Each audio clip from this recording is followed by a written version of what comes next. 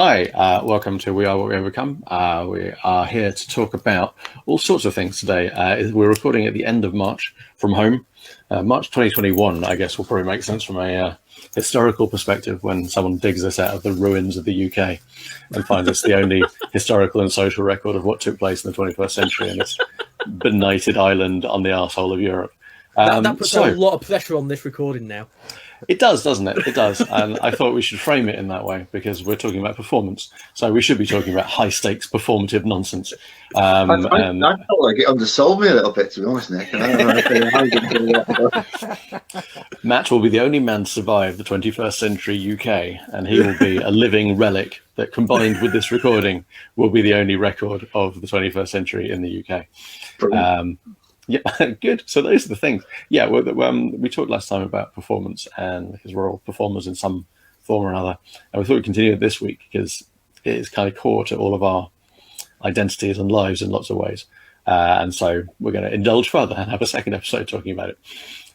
But first, we shall have a crack at our usual mental health check-in just to see how we are and encourage each other to talk about our feelings, much as we do for everyone else.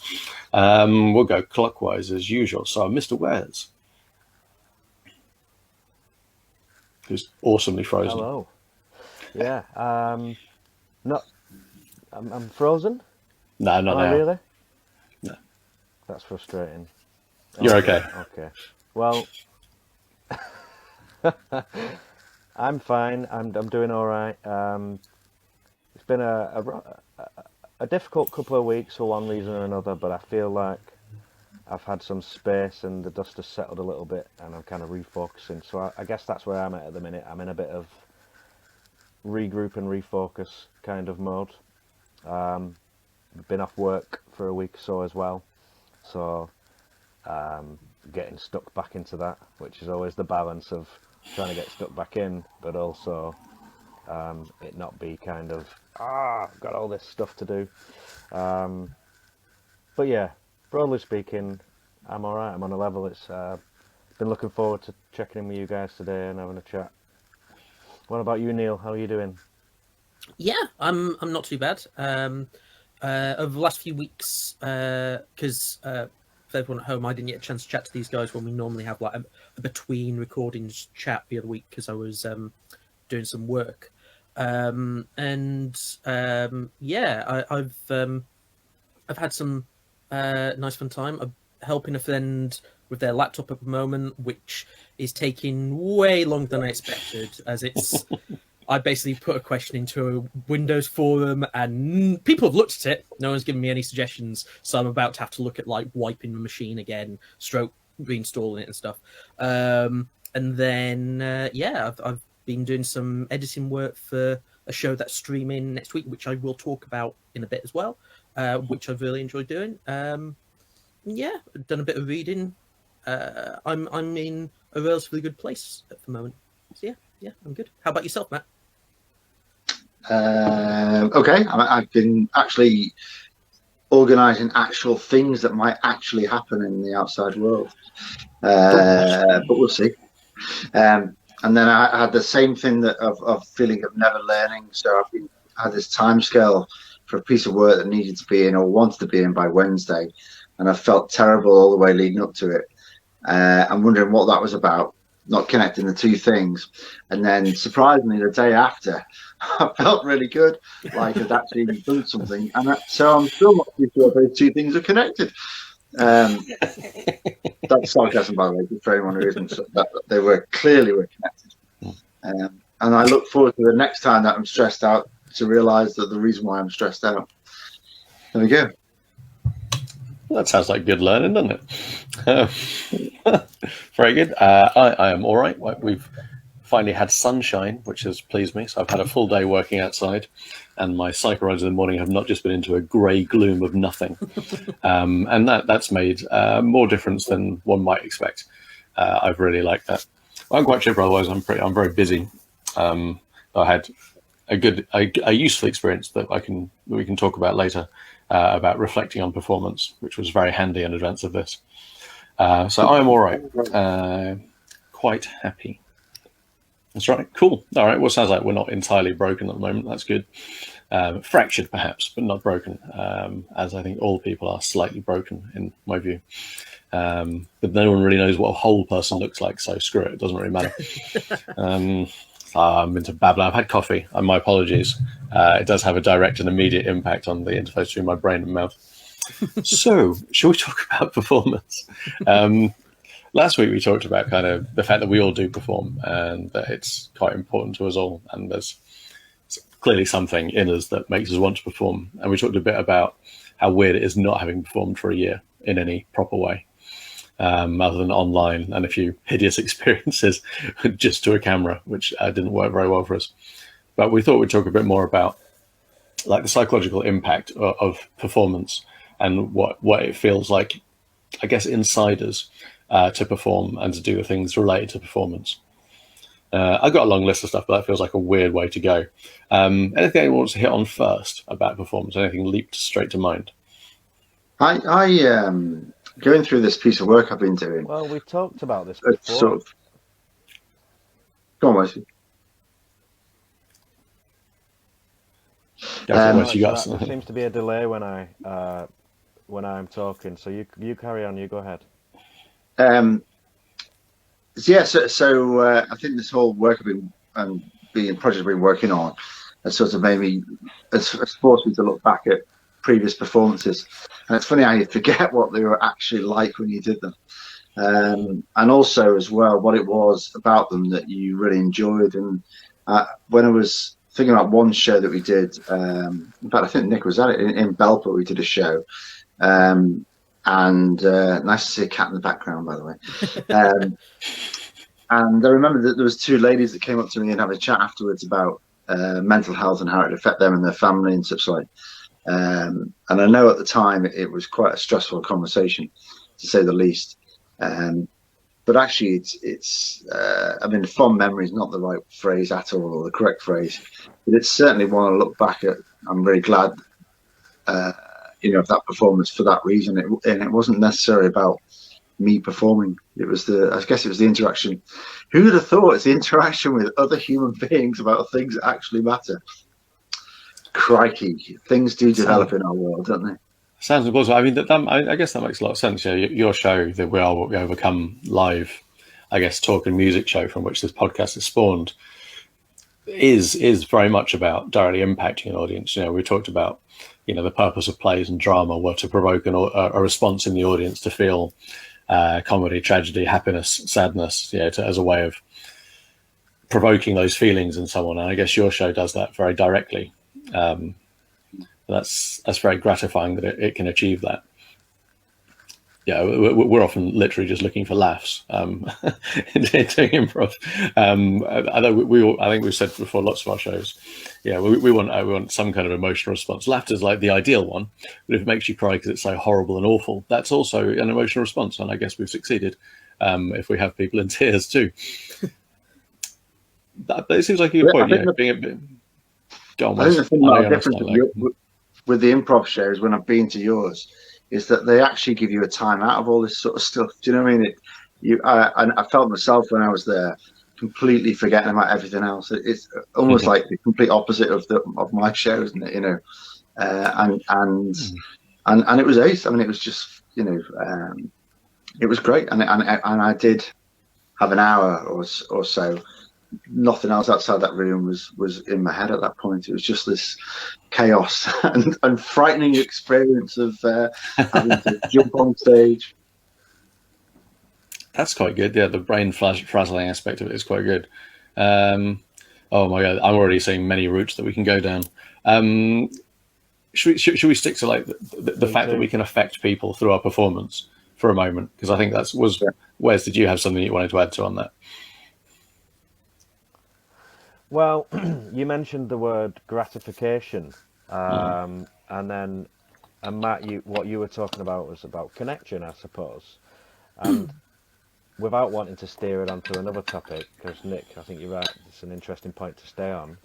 I'm just thinking about not just that we're trying to create something for the audience, but that often what we're bringing to that, So like, if I think about ultimately, if I should make it really basic, what was my motivation for being interested in any kind of performing? It was probably, in the beginning at least, for me to feel something for myself, to be gratified, or maybe also to connect with people, as a way, almost like social lubrication or something. I, I, I think that's how it started. I think basically I was a young lad and a bit of an attention seeker, and doing things and performing was a way to kind of put it out there, but then get something back. But Was now I this- suppose I would see that as it's connection as well, isn't it? Seeking connection. Was this with your magic or with music, or was it both? Surely this is just throwing Tipex across the classroom, isn't that what you're talking about, Wes? Yeah, well, I suppose in the first instance, it was more like to be the clown, to be entertaining. But then, yeah, that's probably what pulled me towards the magic side of things, Neil. Funnily enough, much later on, getting interested in the music side of things, that was probably more difficult because it was more authentic and real, and I probably felt more exposed and vulnerable. But I kind of stuck with it, and it's probably fair to say that I went through a little bit of growth and learning, and now performance is different for me. It's some of that stuff, but it's more as well. And so the magic and the music performance are similar because I bring myself more to both of them. But in the beginning, it was all about, well, hey, look at me and react. Whereas now it's different. But yeah, initially magic, I suppose, and music came later. That's intriguing. There's certainly something about wanting attention that comes with it, even if it's not, even if that's not your main driver of like, look at me. There's something about being recognised and noticed, even if it's not about being necessarily appreciated. Yeah, I think that's a natural drive. I'm Well, doing you a are thing. literally putting yourself in the spotlight. But I was thinking about it, from your Yeah. your clowning in class, like, or being a dick, as we might have thought about it. There's something there about I want to stand out. I want in some way to stand out from this crowd of faceless uniformed children, and be a little bit different. I think that's reasonable. And laughed about people who get involved in a certain culture and dress exactly the same. I want to be unique in exactly the same way as everybody else. Which is, part of being part of a community. That you associate your identity with this group of people who are unique as a group, but perhaps not individually. And performance is often about going that step further and trying to be unique even within a community. I don't know. Interesting. What about you, Neil? You're awful quiet in the corner. What you've just said relates to your experience, Nick? Oh, well, this isn't about me. No. I think there is something about that. I don't feel that that's. I feel like performance felt natural as an activity, and I'm not sure it felt to me like being the person that stood out. Most of the things that I've been involved in performance, whether it was at school, for school plays, I guess I was technically able to take part because I can be loud and I can stand up in front of people. But I generally think it was more about wanting to spend time with people. I mentioned earlier that there was, I did something this week that made me think about this a lot. There's an oral history project going on for our improv company, Miss Imp, because we hit 20 years a couple of years ago. And so one of our guys got an Arts Council grant to do an oral history. So I recorded the second part of my interview for it on Tuesday. It was really weird, very disturbing. Because looking at it over 20 years, I don't really think about because I live kind of in the moment. I was like, do you remember when this happened? Nope. When did these things happen in relation to each other? Don't know. Very, very unhelpful from the point of view of an oral history, as you can imagine. But it kept coming back to, why do you do this? Why is it always that you do these things? So I wanted a bunch of people to hang out with on a Thursday, fundamentally. And that's remained true. I like doing performance and improv because it means that I spend time with other people doing kind of not so much a purposeful but a focused activity that brings us together. I like the ensemble nature of improv, that you're doing it as a group and creating something together. It's less about standing there and being recognised as me. A bit more if I'm hosting, but even if I'm hosting, the purpose of hosting is to go, here's a great bunch of people doing great things, not me. Look at these people. So yeah, I think it's less about being. It's funny how you say that, Nick, but actually you stand out a mile. You know, It's only because I got a fancy moustache. Well, no, I mean, you know, your presence in those. I mean, let's not go too far, but your presence in those things. No, more compliments are fine. Is overwhelming, and it would be. It seems like a coincidence that you are very, very good at it, and it just so happened. I think it must be more than wanting to spend some time with some people, because otherwise it's a really big coincidence, because you are phenomenally good at the job, aren't you? You know, it's not I guess I wouldn't have kept doing it if I wasn't okay at it. But I do think it's more. I find it a way to make friends and to have a social group and to do a thing as a group more than it is to go, hello, look at me. Otherwise, if I was doing that, I'd be a poet or a singer-songwriter or something. I don't know. Yeah. I need to think about that more, but I've been thinking about that a lot this week. People talk about performances or performance of some kind, or having a thing that I do or whatever as being a tool to connect to other people. Is it? I mean, that's true. That seems a pretty universal idea from all of the different performers I've spoken to. So I get that, and I do think, as much as it was look at me and wahey, here I am, I also think learning how to do this thing, or being good at this thing, or being entertaining, I think did help me connect with people. But I also wanted to connect with people. I also enjoyed it. So I get what you're saying there. So it sounds like you're saying connection was the biggest part for you, Nick. Yes, I think that's true. Quite a lot of people who are quite shy and introverted as kids or as teenagers, you know, it's a performance as a way to be freed up to express yourself in a way that you wouldn't normally feel able to, because you'd be very shy and afraid of it, but you're given permission and given a role, and that works quite well.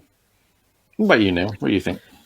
So, excuse me, sorry. So, one of the things that I definitely, and we touched on it last time, we definitely talked about this time, is obviously a chunk of it is wanting, as we've said, like connection, stroke, essentially a reaction to what we're doing as well, I think is a potential part of it. So we've said it, like we can have various emotional reactions. It can be comedy, it can be maybe making someone think about something and suddenly react in a different way, or start viewing things in different ways, depending on what your performance is and what you're trying to do.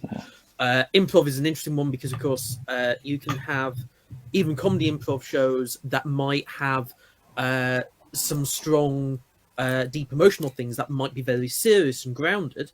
But then those comedy shows could then obviously completely fine switch to a very surreal moment that breaks the ice, but hasn't diminished anything that has come before.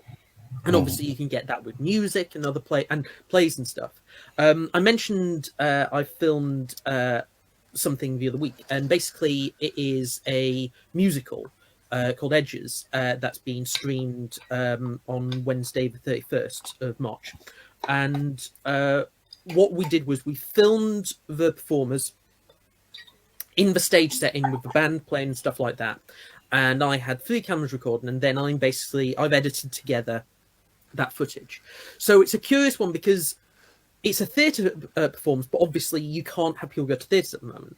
So the way people have to engage with it are going to watch it. What I end up doing then as an editor means I'm now adding my own personal expression on their performances, because I'm choosing what angle to cut to and stuff. There's points where I'm doing zoom ins or zoom outs to emphasize emotional impacts for an audience, but also trying to go, what would I potentially be doing if I was watching it live? I'm trying to think myself how I would engage with it and how I was engaging with it in the room. And at the same time, I'm then essentially producing something that when it gets broadcast, ultimately I've really enjoyed it. I want people to enjoy it as well, and hope that they will.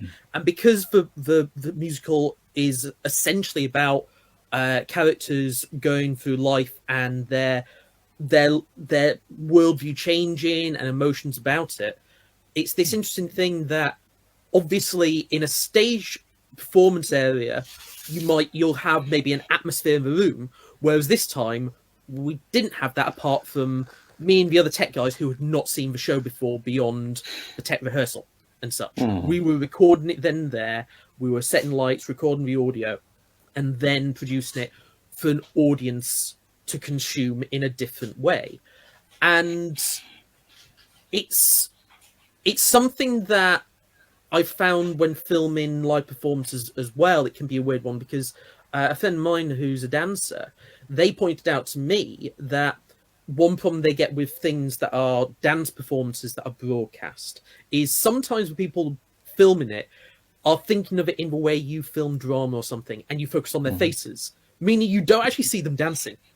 And it's this sort of thing where a performance, especially as people who would go and see a dance, they'd be seeing it so they could see the body. And it's how you present that in a way that people can engage with and still have those emotional reactions. But you can still maybe do it in a way that furthers that. Does it in a different way. It's never going to be the same as a live performance, but it will still get those reactions. And I think it's a very different thing from what I was talking about before, but the whole thing of any emotional reaction is what you're expecting from it and stuff as well. And I like that. Going back to where we were talking about, actual live performance and how individuals are individually, I always remember that advice. One of my favourite bits of advice, and I generally can't remember who it was from. It was from a Miss like a development weekend, wasn't it, or a training weekend? And it might have been Marilyn actually. And I was nervous and had that sort of stage fright feel. And I think it was her. She just said, just jump up as soon as they ask for a volunteer. Jump up and get in it, and then you're not spending the next 10 minutes thinking, should I get up on this one, should I get up on this one? And actually, as a performance thing, not just for improvisation, that's a great bit of advice. If you're at the side of the stage of a stage, just get on the stage, stop standing around and get on the stage. It's only going to get worse, that's true. Absolutely, yeah. Wes, I saw your hand up, creeping up at the screen. Yeah, I think that's probably a good way to go because my audio is delayed. So if I start talking when I think there's a gap, I think someone else carries on talking and it clashes. So that might be the good way to do it. But I think, Matt, what you were just saying is a good one there because it's I guess it's onto the anxiety and performance stuff related to it. But maybe before that, Neil, what you were talking about, and then you said the word as I was thinking it was expression. I think that's a central thing, isn't it? So I think that where my mind went off when we talk about expression is either that we're trying to say something or put something across, so we have something to say, which is one thing, but then also this idea that expression in of itself can be kind of therapeutic or cathartic, and so that perhaps sometimes I'm trying to say something or I'm trying to work through something through the medium of creating the performance or whatever. And then maybe the performance is just showing that journey to someone else, isn't it? But I just thought expression was a central word there. I'm sure from conversations I've had and from reflecting on myself at different times, expression is relevant. Either that we're trying to say something to someone to convey a certain message and whatever else. And I thought your point about an editor having their stamp on it means that it's coming from a different perspective, so that's interesting, etc. But also that I'm a psychotherapist as well, and so when I think about expression, I think about how we need to express things to work through things, and I think that can be very relevant in performance, can't it? It was, yeah. I like both of those things. This is about what Neil was saying. You're like the avatar of the audience in that example, because when you're performing, you don't know what the audience is looking at. And we know that when we watch a play or a music performance, what are those called? Gigs. That's it. Your eye is probably mostly on the singer or whatever, but you'll watch the guitarist when they're doing whatever it is the guitarists do, and the drummers and stuff. Guitaring, I think, is the verb. But your focus does move. And it gives it different emphasis. I certainly take your point about filming dancers badly. Same's true for a lot of action scenes. What you want to see is people connecting and kicking, not their faces going ooh ah and just turning. That's like a badly filmed action scene. And there's something that actually. aspect of expression is important. There's something that I have actually just remembered that I was thinking about the other day. So one of my favourite TV shows is Taskmaster, and I've been to a few of the live recordings. For anyone who doesn't know what the show is, so basically they film a few tasks, but at the end of the show they do a live stage performance where they basically give them a task and they've got to do something. And the first recording I went to, they were essentially given a task where they go, you have to get juice from an item of fruit with an implement.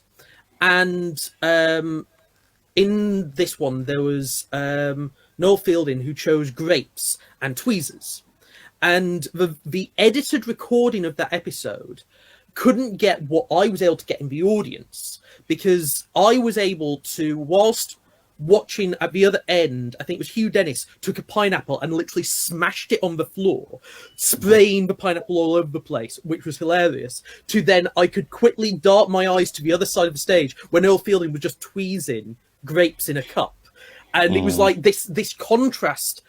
Like, I don't blame, like, the editors were not able to capture something like that, because it's like, to get that energy, and because of course I'm in the audience, I can get a different perspective as to how my vision works as to what comes on camera, is going to be so hard. And also it's an awkward thing to try and bring that avatar. As I like the description, the idea of the avatar of the audience, because it's the only thing you can do. You've got to go, how do you present the energy that might be coming from a room of a performance to a person watching at home and such. I must admit, I immediately go, split screen would have solved that problem. Yeah, potentially. Yeah. Anyway, that's about how you can record a thing better, which is also good. I think the expression angle is interesting. I feel like music and poetry and stuff are very much about direct self-expression of a personal idea or a personal feeling. But I think the expression of having an opportunity to just be yourself, or an altered version of yourself, is important. That's why I like in improv.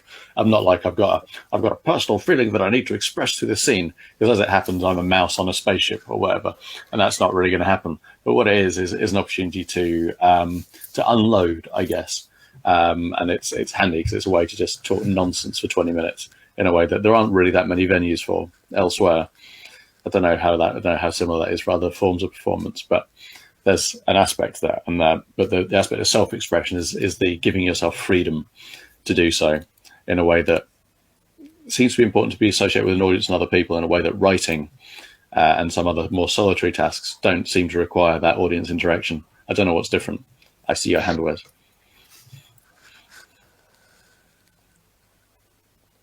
Mr. Wes? I see you with a hand up. I don't know if you drifted. I was just thinking how this is probably a good connector to the topic that Matt raised. Yeah, I'm talking and I'm hoping it's going to catch up. This must be a big delay. But on that expression thing, I think that takes us into what Matt was talking about, because for me it started out, look at me, look what I can do, and it's a way to connect and feel validated. But then later, and especially when maybe I got into more of the music stuff as well, I had to bring the real me to it. And so there's something about authenticity, and so you're forced to express who you are, and that's vulnerable and potentially scary. But for me, it was a lot of figuring out who I was, so there was a lot of growth.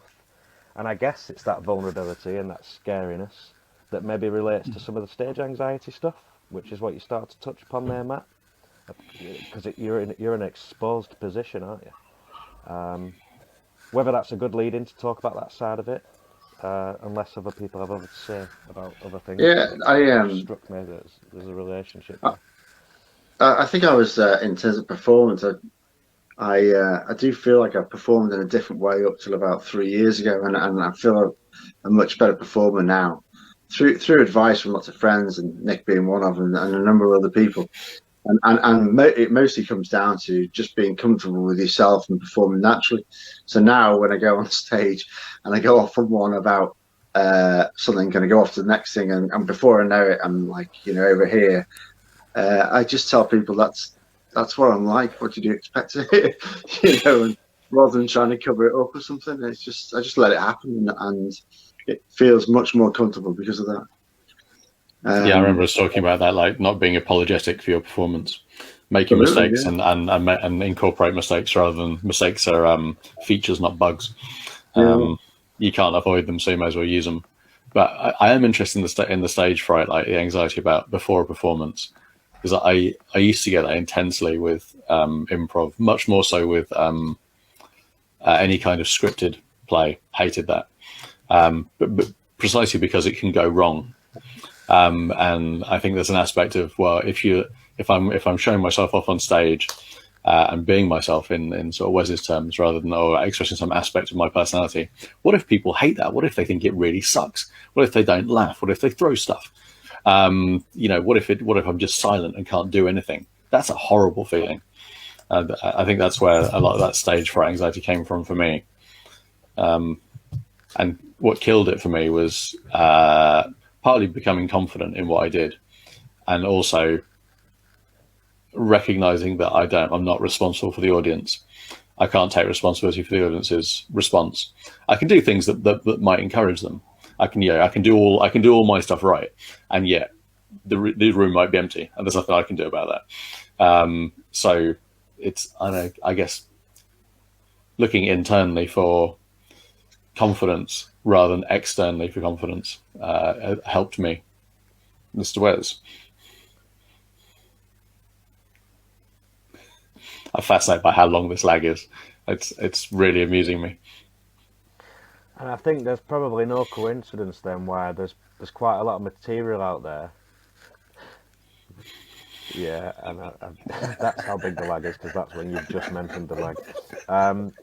There's no coincidence that there's a lot of material out there about kind of mindset and kind of mastering your mindset and controlling unhelpful thinking and all that kind of stuff, just to bring it back to the therapeutic angle as I would. But yeah, I think I'll probably say not much more than this, because this lag is massive.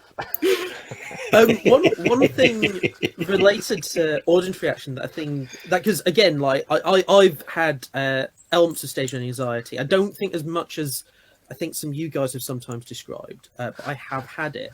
But the other thing that I think is interesting, that obviously the audience, certainly I've found, can also energize you in a way that you can't get in other ways. So for instance, obviously you can do rehearsals, but when there's actually an audience there, you might spur on, and it may not be a conscious thing.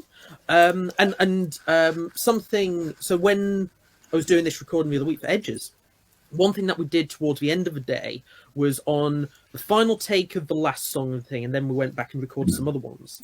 One of the performers set up his phone at the back of the hall behind where the tech people were, where we were, and went on TikTok live. So they essentially were performing to a live audience. And they went back. So after they did this take, they went and looked, and they saw there was a load of reactions of people sort of obviously loving this and just found it by chance. There was someone that was watching it from Singapore and stuff. And everyone had warmed up by this point. Obviously, it was the end of the show recording, and now we were about to do some retakes of someone who'd already performed. And the energy level jumped.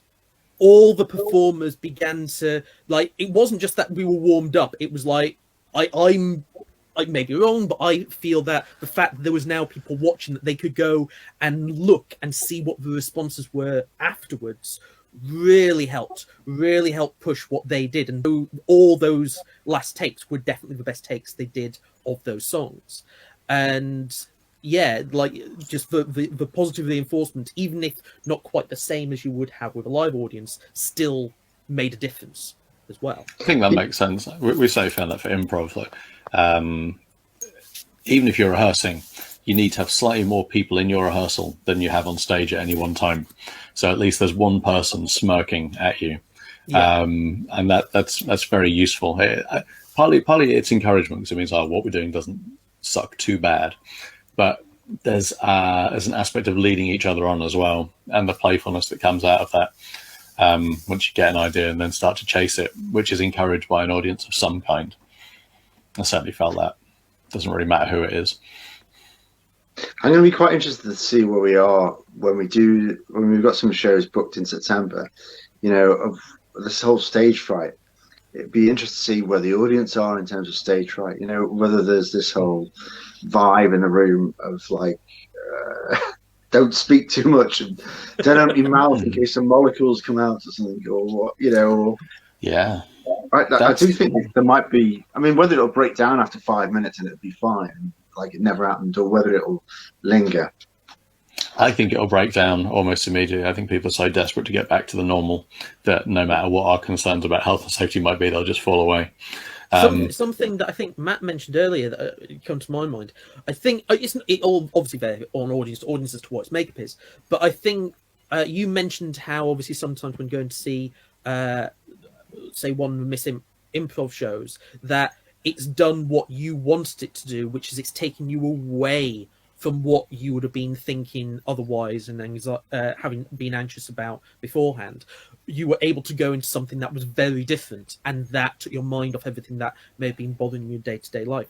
I think that will probably happen with some performances for many people, because again, it's again a communal situation where you're able to get that feedback from people, even the people just sat near you as well, because it's a shared experience, especially if it's potentially comedy or an emotional driving experience designed to make someone cry or something like that. The shared element is something that makes it more cathartic as well, potentially. Oh, you made me think of something that I think Wes will like very much.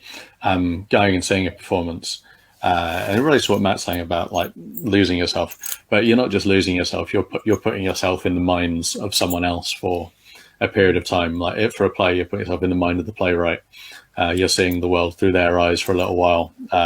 So seeing a live performance is an activity strongly related with empathy. If you don't get a show, then it's either because they didn't express it very well, or you're not capable of empathizing with that state. I've seen plays where I'm like, well, what the was that about? It made no sense to me. That's because I couldn't grasp the mind behind it in a way that was useful enough to follow the show and see why I was even watching it. Just curious if anyone else has any thoughts on that idea. No. That is also fun. Wait till Wes to say so. I know we are. I know I am too. Mostly because I think you'll like that idea. Yeah. We'll see. Come on, Wes. In 5 seconds, say something and just interrupt me so you know for a fact. You can. There's someone speaking and you can just dive straight in. There you go. No, that was from about 2 minutes before, Matt. I've started putting things on Messenger because I think that's easier. Shit, I have seen some. So Wes sent some things over, and I agree with it and stuff. Shall I read it out, guys, and stuff? Yeah, that'd probably be better than just saying you agree with something without telling us what it is. So where's basically message us saying, sounds like we're saying that expression may be central to all performance, i.e. writing, creative performance, but that live performance has to be something about feedback too, which I think makes a lot of sense. Crikey, you feel it that much better than Wes, Neil. You know, you should talk for him all the time. It's amazing. So it is about performance, isn't it? You know, there's the writer and then there's the performer, and the two things aren't necessarily the same. No, I think it's true, but it reminds me of something else that we hadn't talked about either. We talked about briefly, which is post-performance crash. Yeah. Like, you know, you have all that build up to performance, whether it's stage fright, it's just excitement. I can't tell the difference between worrying and excitement anymore, which is not ideal.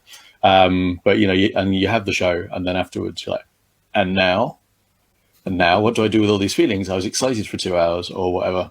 Ideally, you go to end on, funnily enough. Yeah, it probably is. You've caught up. Amazing. You know, and ideally, like for a gig, you go out and have some drinks afterwards, and you get to kind of burn away the lingering emotional highs and lows, and you kind of even out over like a couple of hours of chatting and talking nonsense or whatever. But shows where you do it and then get in your van and just drive away, or with online stuff, you just turn the camera off and then you're alone. That's really rough, and I've certainly had post-performance crash. It's lasted for days because it was so much work building up to it, and then maybe overanalyze everything that you did. Yes, that too. Like, oh, I could have said this thing that would have been really funny, and instead I just feel awful for like several days, looking for that. I guess that high of performance and opportunity again. It's grim. I don't like that part at all. We probably need to wrap this up, especially if Wes is 5 minutes behind us. We're going to be 5 minutes over the run, aren't we? That's true, and that'll be really funny because we'll end it, and then he'll have a really pertinent thing to say in about 11 minutes' time. He won't know that we've ended it. That's awesome. So that is a good point. All right, so we'll let us wrap up then. If everyone's got any final thoughts on performance and what it does for them and how they feel, maybe a little bit about how they feel afterwards, because I mostly said something there, and then some form of summary statement. I'm loving Wes just laughing in the background as he's catching up. I don't really get that sort of after show thing. I don't. I must be very fortunate that I just feel knackered afterwards. I'm in need of a drink.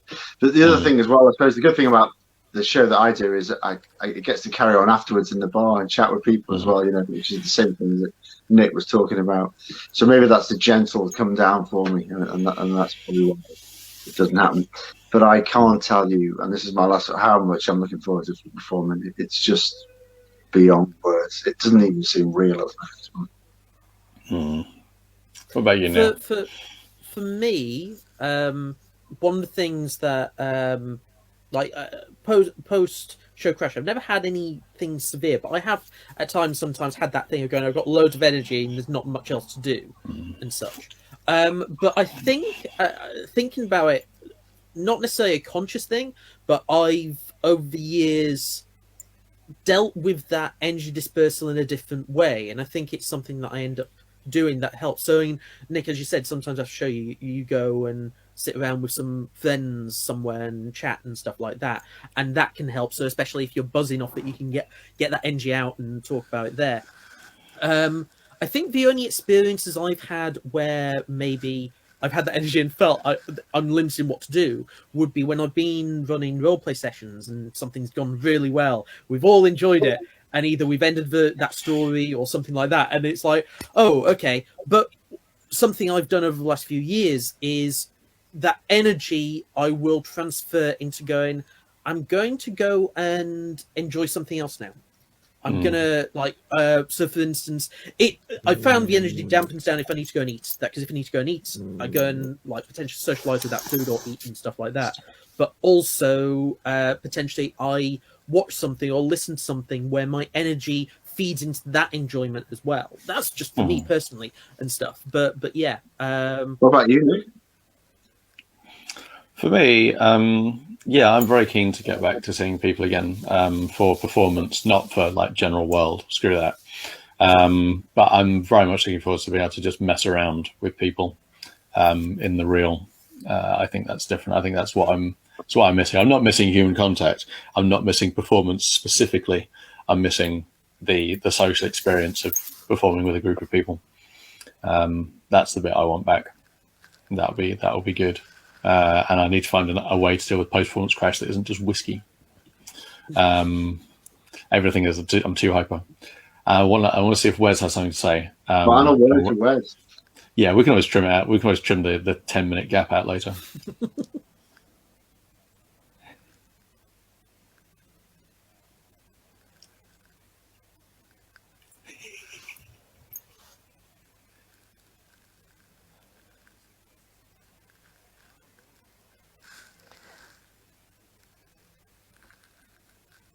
This better be good, seeing as you've probably been waiting for it for a long time.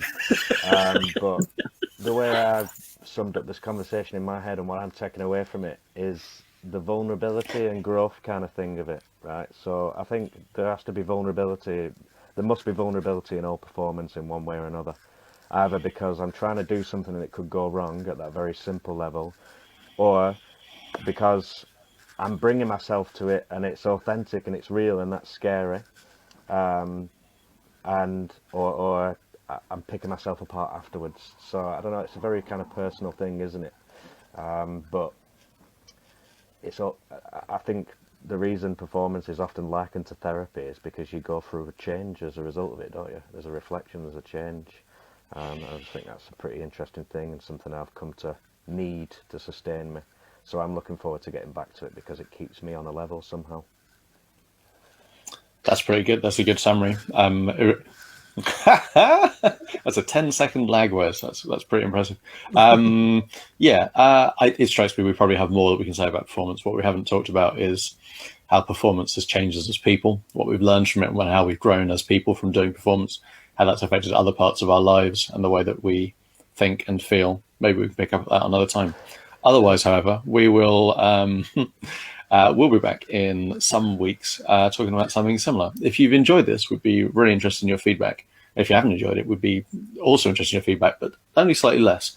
So if you'd like to comment on this on Facebook or elsewhere, we got email with us and stuff, that would be cool. We'd love to hear from you.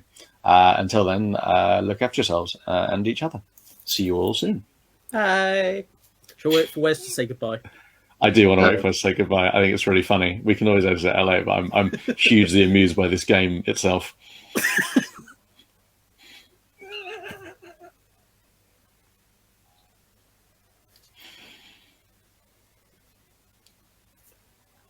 So when Wes puts his hand up, we should all stick our hand up as well. Right, that'll do. Right.